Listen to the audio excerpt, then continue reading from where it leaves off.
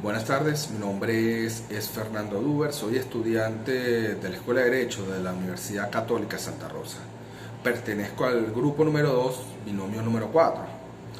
A continuación vamos a hablarles de la demanda de abstención.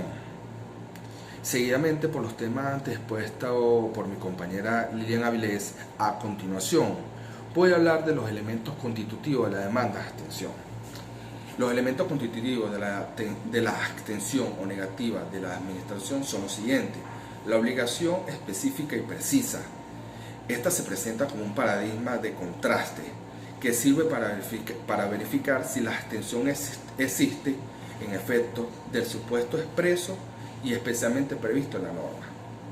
En tal sentido, el criterio inicial de la Sala Político-Administrativa del Tribunal Supremo de Justicia en sentencia del 25 de enero del año 2007 con número de expediente 2006-1920, tal principio excluye las conductas omisivas de la administración frente a aquellas obligaciones genéricas, así como la omisión de decisión de un procedimiento en primer grado, ya que el mismo está inmerso dentro del derecho de petición y deberes jurídicos de la oportuna respuesta. En tal caso, la Sala Político-Administrativa estima idóneo la acción de amparo constitucional. Por el contrario, la Sala Constitucional del Tribunal Supremo de Justicia ha considerado que la obligación administrativa debe dar respuesta a las solicitudes administrativas y esta no constituye un deber genérico, sino una obligación objetiva y subjetivamente específica. Es de allí que el recurso por abstención o carencia debe dar cabida a las pretensiones de condena al cumplimiento de todas las obligaciones administrativas incumplidas sin hacer las distinciones sin específica o genérica, sin hacer las distinciones si es específica o genérica.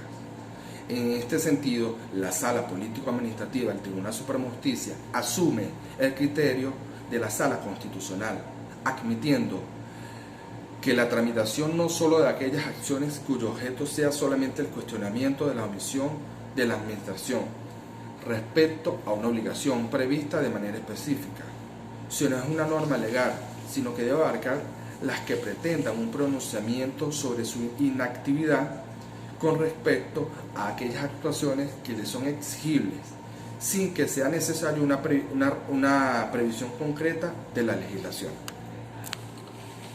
Seguidamente voy a hablarles de los pasos de la admisibilidad de la demanda o las causales de inadmisibilidad.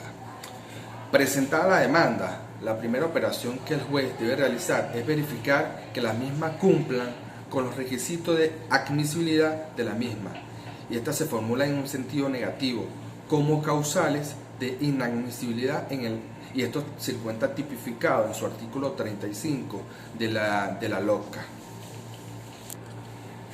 Si el tribunal constata que el escrito de la demanda cumple con estos requisitos de acuerdo con el artículo 36 de la LOCA, debe entonces proceder a decidir la admisión de la demanda dentro de los 3 días de despacho siguientes a su recibo. Estas causales de inadmisibilidad de las demandas contenciosas administrativas están conforme al artículo 35 de la LOCA, que son los supuestos en los cuales las demandas se deben declarar inadmisibles, y estos serían los siguientes casos. En primer lugar, está la caducidad de la acción. Esta se encuentra tipificada en su artículo 35, la cual se aplica a las acciones de nulidad de los actos administrativos, a los casos de demanda por vía de vías de hechos o a los casos de recursos de abstención o por abstención, conforme, y esto se establece en su artículo 32 de la misma ley. En estos casos y en materia de acción de nulidad contra aquellos actos administrativos de efectos particulares, las mismas caducarán conforme a las siguientes reglas. Primero, los casos de acciones de nulidad contra actos administrativos de efectos particulares, las mismas deben interponerse en el término de 180 días continuos, contados a partir de su notificación al interesado. o cuando la administración no haya decidido el correspondiente recurso administrativo en un lapso de 90 días hábiles, contado a partir de la fecha de su interposición.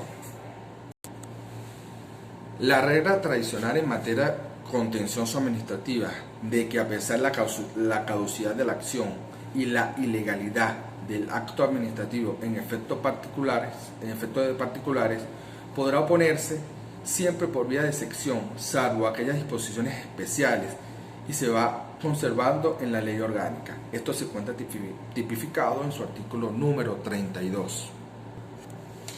Cuando el acto administrativo impugnado sea de efectos temporales, el lapso dentro del cual debe interponerse la acción de nulidad es de 30 días continuos. Como se dijo, esta condición de admisibilidad de las acciones de nulidad basada en la caducidad solo se aplica en la impugnación de actos administrativos de efectos particulares. Segundo, en los casos de demandas originadas en vías de hechos de funcionarios o de recursos de abstención o negativa de la administración, la demanda respectiva debe interponerse en un lapso de 180 días continuos, contados a partir de la materialización de aquella o desde el momento en el cual la administración incurrió en la abstención, según sea el caso. En segundo lugar, la acción debe declararse inadmisible en los casos de acumulación de pretensiones que se excluyan mutuamente o cuyos procedimientos sean incompatibles. Esto se encuentra tipificado en el artículo número 35 de la ley. Esta causal deriva del régimen general establecido en el artículo 78 del Código de Procedimiento Civil, que dispone que no podrán acumularse en el mismo nivel pretensiones que se excluyan mutuamente o que sean contrarias entre sí, sin las que por razones de la materia no corresponda al conocimiento del mismo tribunal, ni aquellas cuyos procedimientos sean incompatibles entre sí. Sin embargo, podrán acumularse en un mismo nivel dos o más pretensiones incompatibles para que sean resueltas una como subsidiaria de la otra, siempre que sus respectivos procedimientos no sean incompatibles entre sí. En tercer lugar, y específicamente en relación con la demanda contra contenido patrimonial, es causal de inadmisibilidad cuando se produzca el incumplimiento del procedimiento administrativo previo a las demandas contra la República, los estados o contra los órganos o entes del poder público a los cuales la ley les atribuye tal prerrogativa. En cuarto lugar, las demandas deben declararse inadmisibles cuando con el escrito de las demandas, como se ha dicho, no se consignen los instrumentos de los cuales se deriva el derecho del reclamado. Esto se encuentra plasmado en el artículo 33 de dicha ley y que sea indispensable para verificar su admisibilidad. En quinto lugar, las demandas deben declararse inadmisibles cuando exista cosa juzgada.